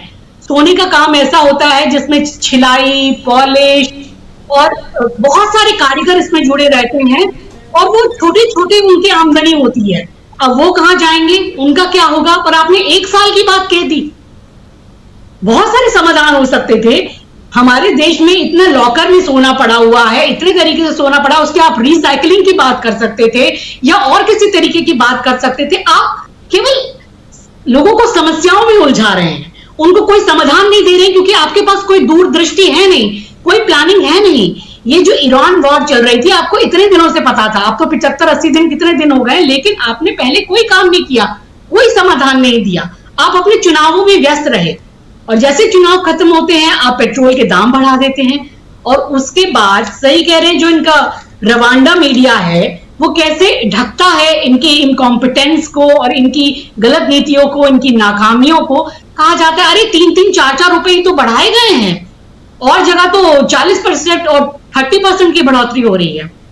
लेकिन देश ये भी जानता है कि आपने जितना टैक्सेस इन पर लगाए हैं, जितनी ड्यूटीज इन पर लगाई हैं, तो आप तो पहले से ही जनता से पेट्रोल और डीजल पर के नाम पर इतना पैसा आपने ले लिया है। एक जो अनुमान के मुताबिक कल ही एक प्रेस कॉन्फ्रेंस हो रही थी कांग्रेस की, और उसमें बताया जा रहा था कि लगभग 1000 करोड़ रोज ये पैसा, ये पेट्रोल डीजल के सेस के नाम पर ही सरकार की और कंपनियों की जेब में जा रहा है। तो आपने जनता को तो तब भी रियायत नहीं दी, राहत नहीं दी, जब कच्चे तेल की कीमतें कम थी, और अभी भी कोई इतनी बढ़ गई तो भी आपने राहत नहीं दी। और अब आप कह रहे हैं कि हमने इतना ही कम बढ़ाया तो चलिए हमने आपको मरने से बचा लिया। तो अब आप क्या चाहते हैं, सांस लेने के ऊपर भी टैक्स लग जाए? तो सच्चाई तो यह है कि जनता को हर हाल में पिसना है, जो कुछ भी होना है उनको उसके लिए खुद ही समाधान खोजना है, या अपने आप को कहा जाए कि सब सैक्रिफाइस जनता को करना है और बाकी नेताओं के लिए कोई सैक्रिफाइस नहीं है। क्या उनके सैलरीज कट नहीं होने चाहिए? क्या उनके कैंटीन में जो सस्ता खाना मिलता है, जो पर्क्स उनको मिलते हैं, 2 दिन 3 पेंशन उनको मिलती है, इतनी चीजें मिलती है, क्या उसके ऊपर पहले बात नहीं होनी चाहिए? और उसके बाद फेक नैरेटिव चलाते हैं, ये तमाम चीजें चलाते हैं। तो ये बहुत ही दुखद स्थिति देश के सामने लाकर खड़ी करती है। और दूसरी बात, जो ये कॉकरोच वाली जो बात कही गई है, ये तो बहुत ही ज्यादा एक हतप्रभ करने वाली है, और एक ऐसे शीर्ष आसन से आ रही है जहां से हर कोई न्याय की उम्मीद रखता है। देखिए, जो एक युवा है जो बेरोजगार है, आज तो हमारे देश में वैसे ही इतनी बुरी स्थिति में है, इतनी परेशानी में, उनके पास नौकरी नहीं है, रोजगार नहीं है, परीक्षा देने जाता है तो परीक्षा लीक हो जाती है, उसके बाद वो लगातार उसमें काम करता रहता है, परीक्षा लीक हो जाती है, उसकी एज निकल जाती है। कई नौकरियों में तो ऐसा होता है कि बार बार परीक्षा लीक होती है या पेपर कैंसिल होते हैं, उनकी एज निकल जाती है। अभी बिहार में इतना आंदोलन हुआ, टीचर्स ने इतना आंदोलन किया कि इतनी बार परीक्षा कैंसिल हो रही है और लीक हो रही है कि हम तो ओवर एज हो गए, हमको तो नौकरी अब ऐसे भी नहीं मिलेगी। तो ये क्या एक षड्यंत्र है कि युवाओं को आप नौकरी देना ही नहीं चाहते हैं। और इसीलिए जिस तरह से राहुल गांधी कह रहे थे 80 पेपर लीक की घटनाएं हुई है, मुझे लगता है कि छोटे बड़े मिला करके 100 इस तरह के पेपर लीक की घटनाएं इनके शासन में हो गई होंगी। अब तो ये नेहरू जी और कांग्रेस को भी नहीं कह सकते, क्योंकि तब तो पेपर लीक इस तरह से होते नहीं थे। पूरी तरीके से इस सरकार ने क्राइसिस ऑफ ट्रस्ट पैदा कर दिया है। आज बच्चे रो रहे हैं, आत्महत्या कर रहे हैं, उनको यकीन नहीं हो रहा है कि हम जो ये परीक्षा देने जा रहे हैं उसका क्या हश्र होगा, वो कल को लीक हो जाएगी। और जहां तक नीट की बात है, ये कोई पहली बार नहीं हुआ है। 2024 में भी इन्हीं सही बिल्कुल कहा जा रहा है, बिल्कुल इस्तीफा दे देना चाहिए धर्मेंद्र प्रधान को। अपनी जिम्मेदारी अगर समझते हैं तो इनके ही इस शासनकाल में और इनके मंत्री रहते हुए 2-2 बार नीट की परीक्षा इस तरीके से पेपर लीक हुआ है, तो इनकी जिम्मेदारी नहीं बनती है। और एनटीए, जब से एनटीए आया है इस परीक्षा में तमाम गड़बड़ी चल रही है। जो ये कोचिंग कराते हैं खान सर, उन्होंने क्या बढ़िया बात कही। उन्होंने कहा कि 10 रुपए का डायपर तो लीक नहीं होता है हमारे देश में, लेकिन परीक्षा लीक हो जाती है। और बहुत सारे सोशल मीडिया पर और अपनी बात आगे आकर रख रहे हैं ये कोचिंग सेंटर्स के जो टीचर्स हैं, बहुत गंभीरता से कह रहे हैं कि जब तक एनटीए रहेगा हमें उम्मीद नहीं है कि ये परीक्षाएं जो हैं वो सही तरीके से हो सकेंगी और लीक नहीं होगा। जब से एनटीए आया है तो ये गड़बड़ हो रही है। और एनटीए की आप देखिए कि कहां जड़े जाती है, या पेपर लीक की कहां जड़े जाती है। पेपर लीक पे सारे ये बीजेपी के नेताओं के नाम क्यों आते हैं, और जब पकड़ा जाता है जिसका नाम आ रहा है वो भी ये कहता है कि हम तो बहुत छोटे लोग हैं, बड़ी मछलियों को पे हाथ क्यों नहीं डाल रहे हैं। तो ये सीधे तार कहां जाते हैं। जितने बलात्कारी होते हैं क्यों उनका बीजेपी से संबंध होता है, या वो बीजेपी के नेता होते हैं, या जिस तरह की जो भी घटनाएं होती है पेपर लीक होती है उसमें बीजेपी के ही नेताओं का नाम क्यों आता है। ये सवाल भी तो पूछा जाना चाहिए। और 2024 में भी जब कोर्ट के सामने ये मामला आया था एनटीए का, और उस समय भी परीक्षा रद्द नहीं की गई थी। ये आप देखिए कि छात्रों से कितना बड़ा खिलवाड़ किया था। और उस समय कोर्ट चाहता तो वंस एंड फॉर ऑल इस समस्या का समाधान कर सकता था, लेकिन तब भी नहीं किया गया। सीबीआई की आप बात करते हैं, सीबीआई में भी वही है, क्राइसिस ऑफ ट्रस्ट। सीबीआई का आज कौन यकीन करता है। सीबीआई तो जब आपका बिल्कुल तोता है, आपका पालतू वो जानवर है, तो वो पिंजरे में बंद तोता ही नहीं है, वो बिल्कुल पूरी तरीके से आपके इशारों पे नाचने वाला तोता बना हुआ है। तो उसका यकीन कौन करेगा। तो आप उसी सीबीआई को ये जांच देते हैं जिस पर किसी का यकीन नहीं है। आप जुडिशियल इंक्वायरी क्यों नहीं करते। आप जो जिम्मेदार हैं, जो मंत्री हैं, उनको वो इस्तीफा क्यों नहीं देते हैं। 2-2 बार उनके कार्यकाल में ऐसा हो चुका है, उनकी जिम्मेदारी नहीं बनती है। एनटीए को भंग क्यों नहीं किया जाता है जब वो बार बार नाकामयाब हो रही है। और ये एनटीए तो इंस्टीट्यूशन भी नहीं है, ये तो एक ट्रस्ट है। आप इसके अंदर जाके देखेंगे तो पाएंगे कि किस किस तरह के अधिकारी इसमें जुड़े हुए हैं और किस तरह के घपले और घोटाले का इनके ऊपर इल्जाम है। गुजरात लॉबी से इनका पूरा संबंध बताया जाता है। तो आज छात्र मरेंगे नहीं तो वो क्या करेंगे। आप चाइना को भी देखिए और देशों को भी देखिए, वहां तो पेपर लीक नहीं होते। हमारे देश में पेपर लीक क्यों हो रहे हैं। और जो युवा तैयारियां कर रहे हैं परीक्षा की, उनको आप इस तरह हतोत्साहित करते हैं, फिर आप उनको कॉकरोच बोलते हैं। तो कॉकरोच कहां पैदा होते हैं, नालियों में ना। तो नालियां कहां हैं, आपके सिस्टम की नालियां हैं जिनमें एक सड़ांध है, और उस सड़ांध से ये कॉकरोच पैदा हो रहे हैं। आपने अगर बगीचा लगाया होता तो आपको मोर मिलते, आपको हंस मिलते, लेकिन आपने पूरे सिस्टम में नालियों की सड़ांध पैदा कर दी, तो आपको आज कॉकरोच मिल रहे हैं। और इनको आप कह रहे हैं कि तुम सोशल एक्टिविस्ट बनते हो, तुम आरटीआई लगाते हो, तुम सोशल मीडिया से सवाल करते हो हमसे। सवाल मत करो, सवाल करने का समय जा चुका है, क्योंकि अब यहां पे रवांडा रेडियो काम कर रहा है। आपको सवाल नहीं करना है, आपको केवल शासन का गुणगान करना है। तो बहुत दुखद स्थिति है। अब मुझे लगता है कि इस नीट मामले में तो अगर शिक्षा मंत्री नहीं देते हैं इस्तीफा, तो मान लीजिए कि इस व्यवस्था पर किसी का भी यकीन करना मुश्किल होगा। और ऐसी चीजें हो रही हैं। डिग्री की बात तो क्या कही जाए, मैं अपनी बात एकदम से समेट रही हूं। ये बात तो फिर बहुत ऊपर तक चली जाएगी।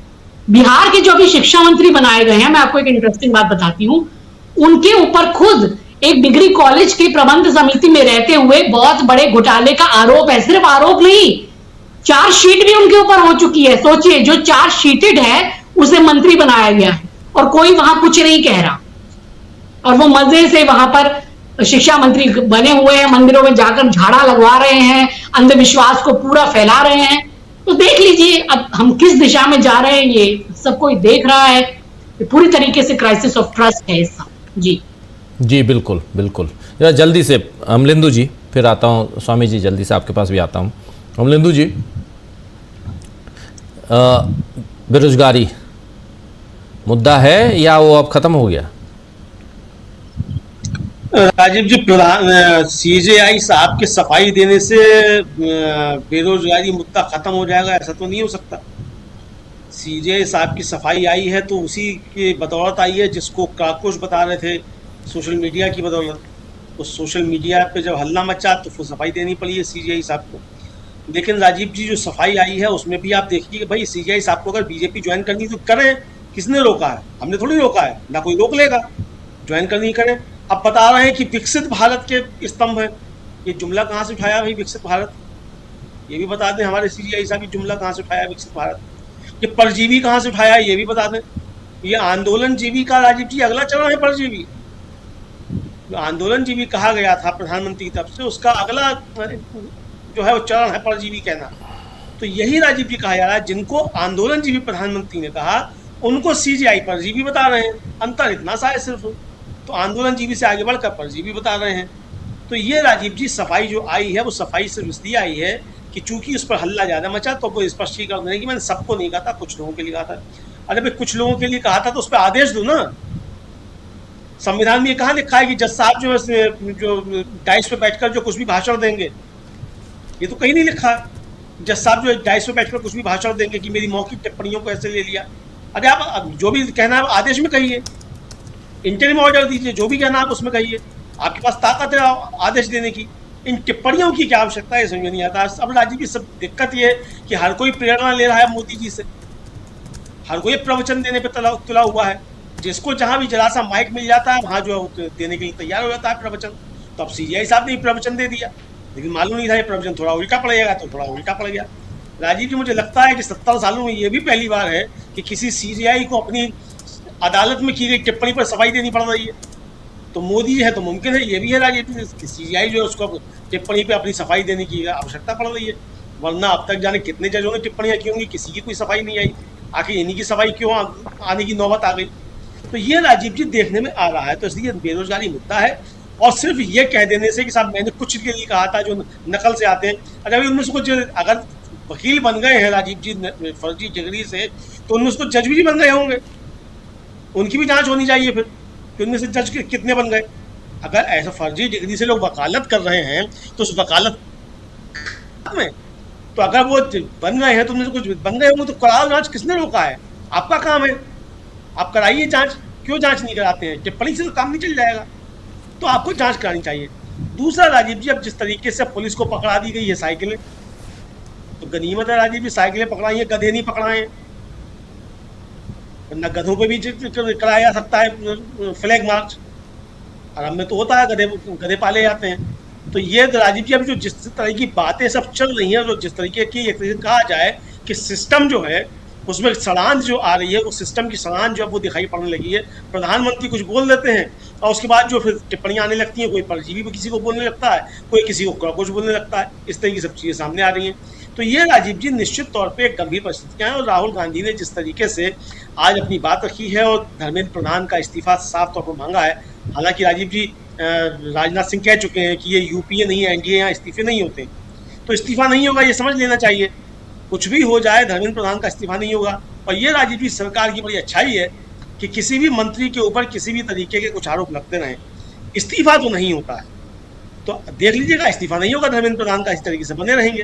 तो चूंकि राजनाथ सिंह ने कहा है कि ये यूपीए नहीं है, एनडीए है, इस्तीफे तो यूपी में हो जाया करते थे जरा सा भी आरोप लगने पर। यहाँ तो आरोप लगते रहे, जांच भी होती नहीं होगी और ज़्यादा बवाल मचेगा तो कुछ और आकर नया जो शोषा छोड़ दिया जाएगा। तो ये इस सरकार का राजीव जी कारगुजारियाँ हैं, देश के सामने आ रही हैं। निश्चित तौर पर ये सरकार चारों तरफ से घिरी हुई है। सीजीआई साहब ने या तो हो सकता है इस घिरी हुई सरकार को बचाने के लिए इस तरह की बात कह दी है ताकि जो तीर हैं वो दूसरी तरफ शिफ्ट हो जाए। तो ये भी हो सकता है राजीव जी की प्रधानमंत्री की तरफ जो तीर चलते वो सीजीआई साहब ने अपनी तरफ ले लिए कि भाई प्रधानमंत्री को थोड़ी यात्रा कर लेने दो 5-6 दिन, तब तक हम पे जो है वार जारी रखो। तो ये भी हो सकता है बचाव किया हो। अगर इस आशा से किया है तो स्वागत किया जाना चाहिए। हितैषी हैं मोदी जी के, इसका भी तो स्वागत किया जाना चाहिए राजीव जी। जी जी जी, बिल्कुल आप सही कह रहे हैं स्वामी जी। पेट्रोल डीजल को लेकर बहुत अफरा तफरी है। लोग कह रहे हैं कि लॉकडाउन लगने वाला है, क्या कुछ और अलग अलग बातें चल रही हैं। लेकिन क्या आपको लगता है, चूंकि आप इकोनॉमिस्ट हैं, आपको अर्थशास्त्र का ज्ञान है, भारत का अर्थशास्त्र ज़रा बताइए, क्या आज की तारीख में इतनी खराब हालत है देश की, सचमुच ये माना जाए?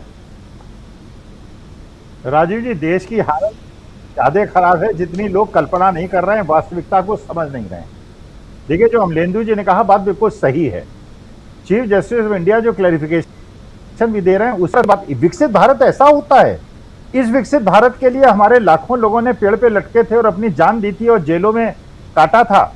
इसलिए काटा था, इस विकसित भारत के लिए काटा था जिसमें हमारे देश के युवाओं को पेपर लीक होने की वजह से आत्महत्या करनी पड़े। 6 बच्चे ऑलरेडी आत्महत्या कर चुकी हैं। जहां पे हमारी बच्चियों के साथ व्यभिचार हो, 3-3, 4-4 साल की बच्चियों के साथ व्यभिचार हो। अभी जो धनंजय जी बता रहे थे कि अगर इस प्रकार से किराया न देने की वजह से इस प्रकार से बलात्कार होता है और प्रशासन बिल्कुल चुप है, ये विकसित भारत है।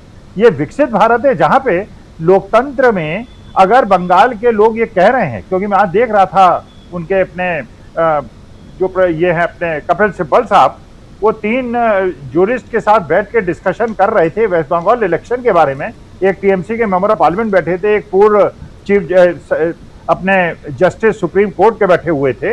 अरे वहां पे जब ये मांग की जा रही है, सीसीटीवी फुटेज दिखा दीजिए, स्पष्ट रूप से बताया जा रहा है कि वहां पे 12 बजे के बाद टीएमसी के वर्कर्स को काउंटिंग सेंटर से मार मार के भगा दिया गया और उसके बाद चुनाव को छीन लिया गया। अच्छा, चुनाव आयोग उस पर कोई स्पष्टीकरण या सीसीटीवी फुटेज दिखाने के लिए तैयार नहीं है और कोर्ट से भी कोई हस्तक्षेप नहीं हो रहा है। तो देखिए, इसको आप विकसित भारत, ऐसी व्यवस्था को आप विकसित भारत कहेंगे कि राजस्थान के अंदर अगर मोबाइल बांट रहे थे अशोक गहलोत तो उसको रोक दिया जाएगा और बिहार के अंदर 10,000 रुपए बांटे जाएंगे, उसको नहीं रोका जाएगा।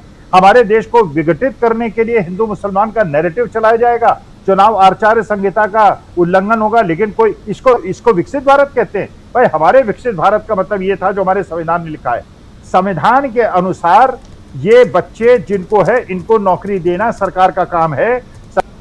सरकार ने इनको नौकरी, जी ने 2013 में जो देश से वादा किया था 2 करोड़ नौकरियां हर साल देंगे, अगर उन्होंने अपना वादा पूरा किया होता, अगर उन्होंने 15 लाख जो देने की बात की थी वो दी होती, अगर उन्होंने कहा था स्विस बैंक के अंदर जो ब्लैक मनी जमा है उसको भारत के अंदर ले आएंगे, अगर स्विस बैंक के अंदर ब्लैक मनी बढ़ गया है, अगर अमीर लोग बहुत ज्यादा अमीर हो गए हैं और गरीबों की ये स्थिति हो गई है कि 80 करोड़ लोग ऐसी स्थिति में पहुंच गए कि अपना अनाज खुद खरीद के नहीं खा सकते, उनको 5 किलो देना पड़ता है। तो अगर इसको विकसित भारत का बताया जाता है, वही वो वाला हाल ना हो जो अटल जी ने किया था एक शाइनिंग इंडिया, लेकिन 2004 की स्थिति दूसरी थी। तब तक लोकतांत्रिक संस्थाएं जो थी अपने हिसाब से संवैधानिक संस्थाएं काम करती थी, लेकिन इस प्रकार से अगर चुनाव आयोग काम करेगा, अगर इस प्रकार से प्रशासन काम करेगा, अगर इस प्रकार से नैरेटिव बनाने के लिए रील्स बना के नैरेटिव को आगे बढ़ाया जाएगा और हमारे न्यायालय भी अगर इस प्रकार की टिप्पणी करेंगे, तो अगर आप इसको विकसित एक संवैधानिक लोकतांत्रिक देश और विकसित भारत कहेंगे, मुझे अफसोस है ये कल्पना मेरे महात्मा गांधी ने नहीं की थी, ये बाबा साहब भीमराव अंबेडकर ने नहीं की थी। वास्तविकता में देश को विघटन की ओर ले जाया जा रहा है। और जो मुझे खबर मिली है सोशल मीडिया के अनुसार, मैं पुष्टि नहीं कर रहा इस बात की, लेकिन यूएई के अंदर जो महानुभाव गए थे वहां पे लोगों ने सड़कों पे बड़ा कड़ा विरोध किया है। जहां जहां वो जा रहे हैं उनका कड़ा विरोध हो रहा है। लेकिन चलिए, गोदी मीडिया वो नहीं दिखाएगा, यूट्यूब को वो वीडियोस नहीं मिलेंगे, वो लिंक्स नहीं मिलेंगे, लेकिन वास्तविकता ये है कि भारत की छवि पिछले 11 साल के अंदर बहुत ज्यादा खराब हो गई है। अब आप उसको विकसित भारत कहें या कहें कि 2047 में हम विकसित बना देंगे, या ऑलरेडी विकसित बना दिया गया है, जिसको कंगना रनौत कहती हैं कि 2014 में ही स्वतंत्र हुआ है। तो भैया, इसको न्यायाधीश महोदय, लेकिन हम आपकी बहुत इज्जत करते हैं, डर के मारे भी करते हैं, लेकिन आपसे ये अपेक्षा नहीं थी, क्योंकि आप संविधान के रक्षक हैं और संविधान में जो हमें संरक्षण आपसे मिलना चाहिए वो करने के बजाय आपने हमारी भावनाएं आहत की हैं। हमारे घर के बच्चों को, हमारे युवा पीढ़ी को जो आपने किया और उसके बाद जो क्लैरिफिकेशन भी दिया है, उससे समस्या कम होने के बजाय और ज्यादा बढ़ गई है। जी जी जी, सही आप कह रहे हैं। जरा जल्दी से प्रशांत जी आपके पास, फिर धनंजय जी आपके पास आता हूं। प्रशांत जी, आप सेकेंड राउंड में आप कह रहे थे कि अभी मैं बात करूंगा, रखूंगा। देखिए, एक तो गोल्ड की बात है जी जो अभी आपने बताया, गोल्ड और सिल्वर पे भी उन्होंने पाबंदी लगा दी। इसका मतलब क्या है? इसका मतलब है भारत के किसानों को महाजन के चंगुल में वापस फेंकना। 60% गोल्ड और 60% सिल्वर किसान खरीदते हैं, गांव में बिकता है। क्यों खरीदते हैं? क्योंकि उसी से वो अपनी फसल, खाद, बीज खरीदता है। उसको इन्फ्लेशन से उसी को मैनेज करता है। वो इन्फ्लेशन बढ़ता है, आप खाद के दाम बढ़ा देंगे भी, आप बीज के दाम बढ़ जाते हैं, तमाम चीज़ों के दाम बढ़ते हैं। किसान उस इन्फ्लेशन को मैनेज करता है गोल्ड और सिल्वर से। उसको बैंक का फिक्स डिपॉजिट वो पैसा नहीं देगा, इसलिए 60% गोल्ड और 60% सिल्वर, आधे से ज़्यादा गांव में बिकता है। ये अगर आप वो नहीं बेचेंगे तो नहीं करेंगे, गांव के लोगों को गोल्ड सिल्वर नहीं मिलेगा, आप पाबंदियां लगा देंगे, इंपोर्ट बंद करेंगे, महंगा होगा, तो आप किसानों को वापस महाजन के चंगुल में धकेल रहे हैं, जो कि मनरेगा से और तमाम चीज़ों से थोड़ा बाहर हो आया। दूसरी बात नीट की। देखिए, 22 लाख तो अभी बच्चे हुए, लाखों बच्चों का 80 के लगभग पेपर लीक हुए हैं जब से मोदी जी प्रधानमंत्री बने। कोई जांच नहीं हुई, जांच हुई, कोई किसी को पकड़ लिया, लेकिन अगर आपने किंग पिन नहीं पकड़ा होता, साजिशकर्ता पकड़े होते, तो दोबारा पेपर लीक कैसे होता? ये पेपर लीक कहाँ से हो रहा है? पेपर लीक क्या नीचे से हो रहा है? पेपर तो हम सब भी सेट कर चुके हैं, हमको मालूम है यूनिवर्सिटी के पेपर का कितना कॉन्फिडेंशियल होता है। तो पेपर अगर लीक हो रहा है तो वो टॉप लेवल से लीक हो रहा है। वो पेपर की कॉपीज कहीं ईमेल के अटैचमेंट के तौर पे नहीं बटती हैं, थोड़े से लोगों के पास होती है। तो वो थोड़े से लोगों के बाहर जा रहा है और लगातार हर साल लीक हो रहा है। 15 में लीक हुआ, 16 में लीक हुआ, 24 में लीक हुआ, 25 में लीक, 26 में लीक हो गया। हर साल अगर पेपर लीक हो रहा है नीट का, तो इसका मतलब है कि आपके चुने हुए लोगों में दिक्कत है ना, कहीं कोई बिजनेस मॉडल ये बन गया है। और किन अभिभावकों का पैसा खर्चा हो रहा है, लाखों रुपए कोचिंग में, उनको बेचारों को दोबारा इम्तिहान देना पड़ेगा। तो धर्मेंद्र प्रधान जो बात कह रहे हैं, दूसरा जो राहुल गांधी ने बिल्कुल ठीक उनको पकड़ा है वहाँ पे, वो कह रहे हैं कि संसदीय समिति की रिपोर्ट नहीं मानेंगे क्योंकि उसमें विपक्ष के नेता भी थे। तो यही तो मॉडल है नॉर्थ कोरिया डेमोक्रेसी का, कि दूसरी पार्टी का कोई नेता ही ना हो। यही नॉर्थ कोरिया का मीडिया आपने बनाया। आप नॉर्थ कोरिया की पार्लियामेंट बनाना चाहते हैं आप यहाँ पे, कि विपक्षी पार्टी हो ही नहीं पार्लियामेंट्री कमेटी में। पार्लियामेंट में विपक्ष नहीं होगा, पार्लियामेंट्री कमेटी विपक्ष होगा तो आप उसकी रिपोर्ट नहीं मानेंगे।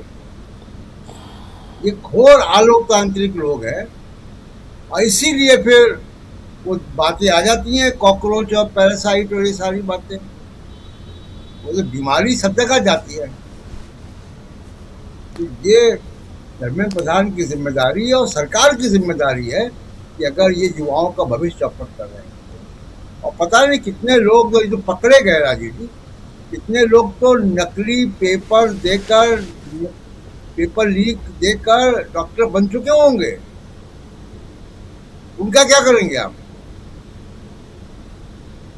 वो तो इलाज कर रहे हैं और पहुंचा रहे हैं ऊपर लोगों को। जी बिल्कुल आप सही कह रहे हैं, बिल्कुल सही कह रहे हैं।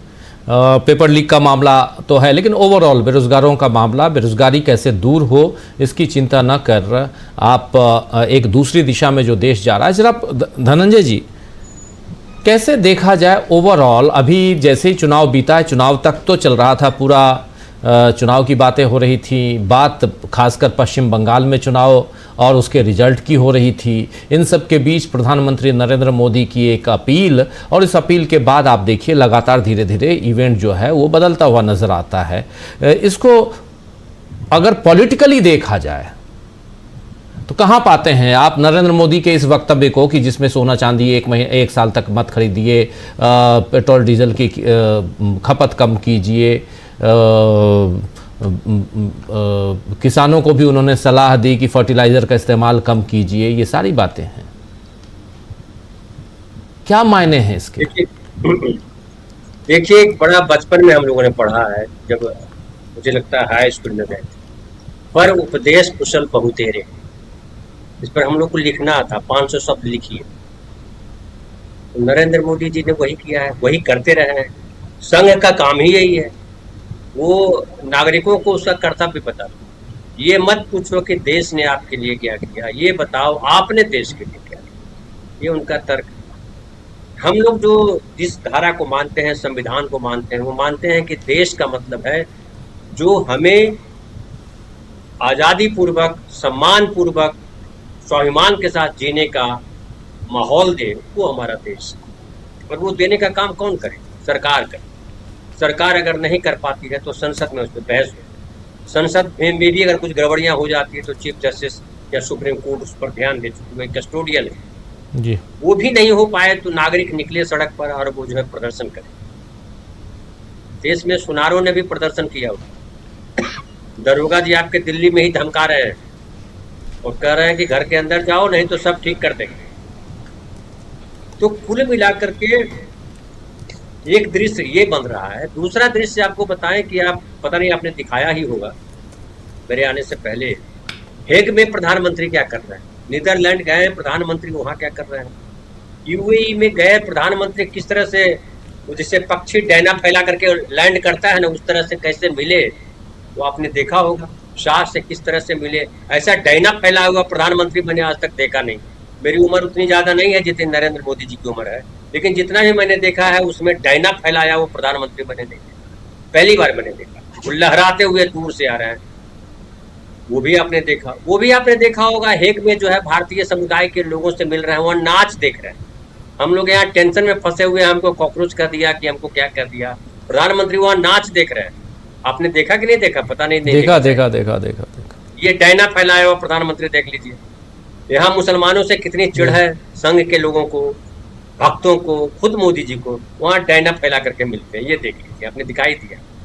अब उसके बाद देखिए कि प्रधानमंत्री ने नीदरलैंड में कहा, क्या कहा वो भी जरा उसको सुन लीजिए। नीदरलैंड में उन्होंने कहा कि आज जो है मानवता के सामने अनेक बड़ी चुनौतियां, पहले कोरोना, फिर युद्ध और अब ऊर्जा संकट से जूझ रही। ये दशक दुनिया के लिए आपदाओं का दशक बन गया है। अगर हालात नहीं बदले तो बीते अनेक दशकों के काम पर पानी फिर जाएगा। दुनिया की बहुत बड़ी आबादी गरीबी के दलदल में फंस जाएगी। भारत में कितनी बड़ी आबादी दलदल में फंसी हुई है पिछले 12 सालों में, इसका कोई डेटा दिया प्रधानमंत्री जी ने? आप भारत में क्या बोलते हो? भारत में बोलते हो विकसित भारत है, तो विकसित भारत में गरीबी में कैसे दलदल में फंस गए लोग? अभी तो आप नरेंद्र मोदी की बात खाली कर रहे हैं। आदित्यनाथ ने जो क्या कहा वो भी सुनिए। वो कह रहे हैं पंखा बंद कर दो, लाइट बंद कर दो, क्या क्या बंद कर दो, सब बंद ही कर दो। तो करो क्या? कुल मिलाकर के स्थिति है ये राजीव भाई, ये पॉलिटिकली, सोशली, मोरली हर तरीके से करप्ट हो गए हैं और पूरे देश को इन्होंने एक ऐसे अंधे कुएं की तरफ या कहीं अंधी सुरंग की तरफ खदेड़ दिया है, दौड़ा लिया है या खींच लिया है, जहां कोई रास्ता नहीं है। ये जो कह रहे हैं कि दलदल में फंस जाएगी, हम दलदल में फंस चुके हैं। और ये जो कोरोना, युद्ध, ऊर्जा संकट, आप ये जानते हैं कि कोरोना भी जो है मैन क्रिएटेड था। ब्राजील के शासनाध्यक्ष कह रहे थे कि एक लैब में एक कोरोना के विषाणु बनाते हैं, दूसरे लैब में ये इलाज तलाशते हैं, वो टीका बनाते हैं। फिर ये युद्ध जो हुआ है, इस युद्ध में हमारे नरेंद्र मोदी जी का भी योगदान है या नहीं है, ये हम सब जानते हैं। इजराइल से लौट करके आए, युद्ध शुरू हो गया। फिर ये जो ऊर्जा संकट खड़ा हुआ है, वो क्यों खड़ा हुआ?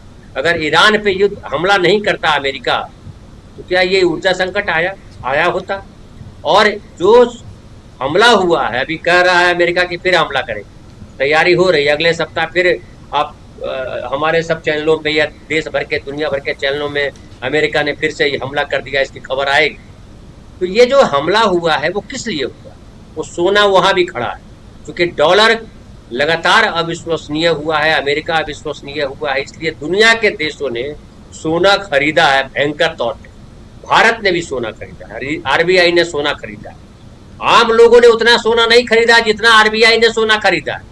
और आरबीआई ने सोना इसलिए खरीदा है कि डॉलर से निर्भरता दुनिया के देश कम करना चाहते हैं। अब आपके पास डॉलर है नहीं, तो आप लोगों से कह रहे हो कि आप डॉलर बचाओ, क्योंकि रुपया आपसे संभल नहीं रहा है।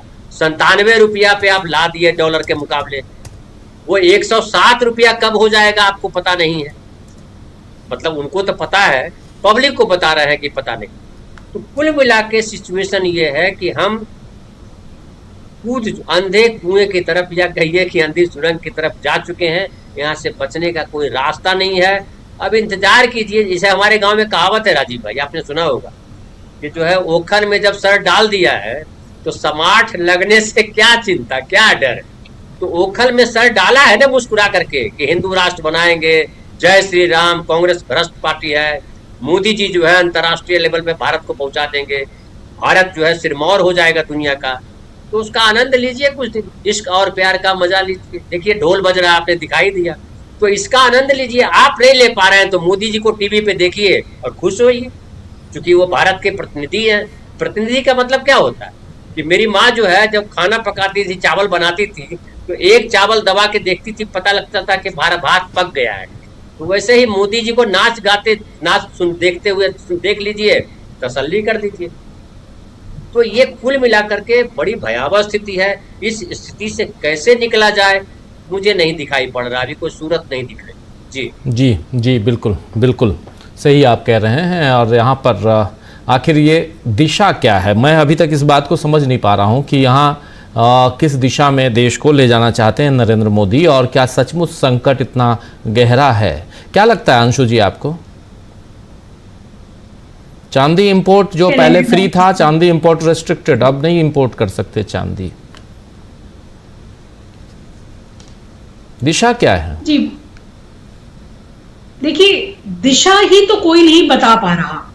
सरकारों से ये उम्मीद की जाती है कि वो दिशा बताएंगी या वो समस्याओं का समाधान लेकर आएंगी, लेकिन यहाँ पर ना कोई सही दिशा बताई जा रही है और ना ही समस्याओं का समाधान बताया जा रहा है।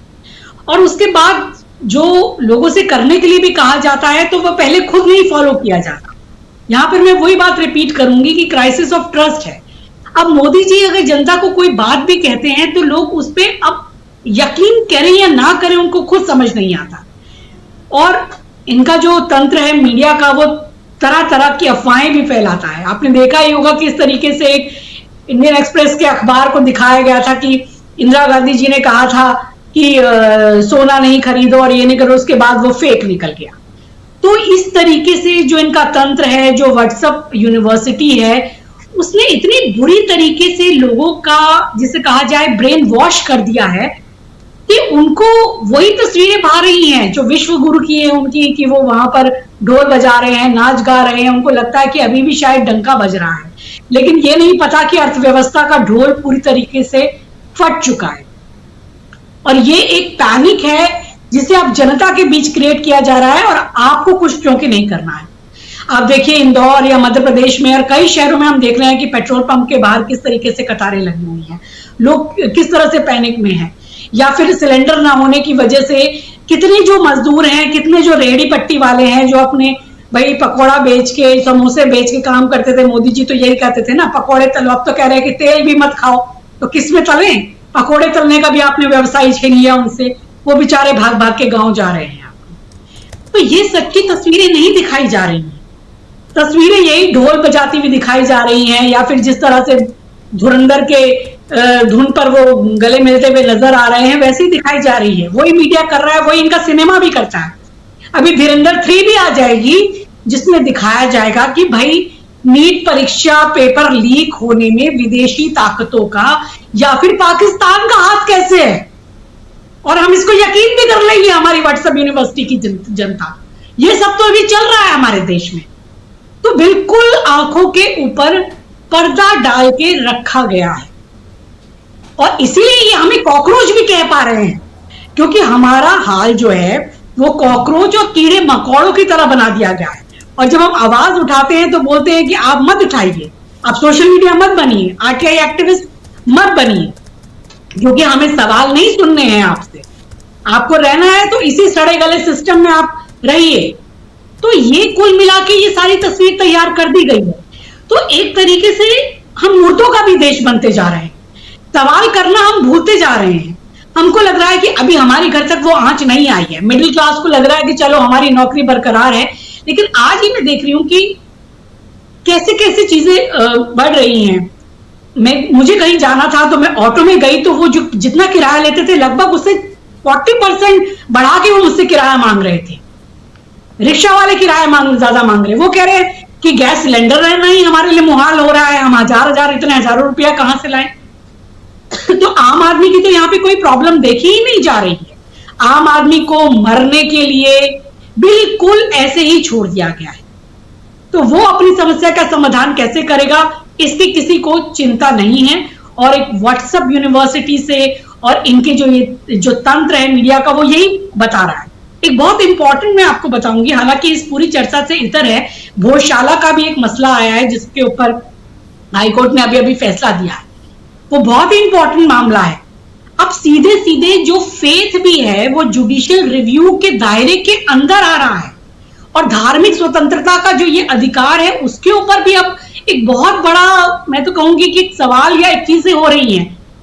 अब ऐसी बहुत सारी जगहें हैं, कहा जा रहा है कि आरएसएस ने तो 3000 ऐसी जगहें मार्क करके रखी हुई हैं जहां हिंदू और मुस्लिम दोनों ही संप्रदाय अपनी किसी तरह पूजा करते हैं, वहां चाहे मंदिर और मस्जिद एक साथ है। भोजशाला में क्या हुआ, मंगलवार को भाई हिंदू पूजा करेंगे और शुक्रवार को वहां मुस्लिम कर सकते थे। अब सीधे सीधे कह दिया कि मुस्लिम्स का यहाँ पर कुछ नहीं है, वो नहीं यहाँ पर अपनी कर सकते हैं नमाज, और ये तो हिंदुओं की जगह है। और ये प्रूव होता है, एएसआई का भी ऐसे डॉक्यूमेंट्री प्रूफ। तो वो सब प्रूफ भी लाने में आप देख लीजिए कि ये सारी संस्थाओं का भी किस तरीके से एक पुश मिल रहा है। आज स्थिति ये हो गई है कि जिन संस्थाओं को चेक्स एंड बैलेंस रखना चाहिए, न्यायपालिका, कार्यपालिका और विधायिका, इनका क्या काम है, सब अलग अलग स्वतंत्र रूप से काम करती हैं, लेकिन आज सब गठजोड़ से काम कर रही हैं, सब एक दूसरे के फेवर में काम कर रही हैं संस्थाएं। क्या हाल बना दिया इन्होंने चुनाव आयोग का, सीबीआई, ईडी और ये सबको तो आप छोड़िए, न्यायपालिका, कार्यपालिका और अगर विधायिका इस तरह गठजोड़ से काम करेंगी और 27 लाख लोगों के वोट काट दिए जाते हैं, कोई जिम्मेदार नहीं है, कहते हैं अगली बार वोट डाल लेना। ऐसे ही नीट के बच्चों को कहा जाएगा कोई बात नहीं बेटा, इस बार परीक्षा लीक हो गई है, अब तुम अगले महीने दे देना, पैसा तुमको नहीं भरना है, पैसा तुमको नहीं भरना है। इस सिस्टम के अंदर कितना पैसा इस बीच हेरा फेरी से कमा लिया गया है, तो दोबारा परीक्षा करा लेंगे फ्री में तो भी क्या हो जाएगा। आप एनटीए को क्यों नहीं सस्पेंड करते हैं, आप मंत्री आप इस्तीफा क्यों नहीं देते हैं। लेकिन चश्मे चढ़ा दिए गए हैं जनता की भी आंखों में, उनको अभी तो नजर आ रहा है ये हरा हरा और ढोल बजाते हुए, लेकिन ये आग उनके घरों तक भी पहुंचेगी और तब उन मुर्दा लोगों को भी जिंदा होना पड़ेगा, यही लगता है मुझे। जी बिल्कुल बिल्कुल। एनटीए में नया अपॉइंटमेंट हो गया है, अभी मैं देख रहा था थोड़ी देर पहले। खैर, लेकिन ओवरऑल ये यहाँ समझने की ज़रूरत हमें है और हम समझना चाहते भी हैं। अगर आपको समझ में आता हो दोस्तों तो आप ज़रूर बताइएगा कि आखिर किस दिशा में, किस डायरेक्शन में ये देश जा चुका है या ले जाना चाहते हैं नरेंद्र मोदी। और उसमें भी इनका ये कहना, सरकार का कहना कि कटौती कीजिए, और इस वक्त जबकि ऑलरेडी 3 महीने पहले जब पश्चिम एशिया में जंग की शुरुआत हुई उस समय सब चंगासी कहा जा रहा था, और जबकि बार बार विपक्ष के लीडर्स कह रहे थे कि नहीं कुछ गड़बड़ है, उस समय आखिर क्यों सब चंगासी कहा जा रहा था, और आज क्यों कहा जा रहा है कि नहीं अब आप पंखा भी, कूलर भी, एसी भी सब बंद रखिए, लाइट बंद रखिए, पैदल चलिए, साइकिल से चलिए, ये सब क्यों कहा जा रहा है। क्या इतनी बुरी हालत है देश की? कई लोग कह रहे हैं कि लॉकडाउन लगने वाला है, ये बात भी चल रही है। तो क्या सचमुच इतनी बुरी हालत है? चलिए खैर, लेकिन इन सब के बीच CJI chief justice of India Suryakant साहब ने कॉकरोच कह दिया बेरोजगारों को, परजीवी कह दिया। हालांकि आज उस पर उन्होंने सफाई दे दी, एक चिट्ठी लिखी मनोज झा ने, उस चिट्ठी को लोगों ने काफ़ी सराहा और मनोज झा से हमारे साथी प्रशांत टंडन जी ने बात की है। अभी ठीक इस कार्यक्रम को अब समाप्त करता हूं और ठीक इसके बाद आप मनोज झा के के साथ प्रशांत जी की बातचीत देखिए। इंटरव्यू बहुत ही शानदार इंटरव्यू।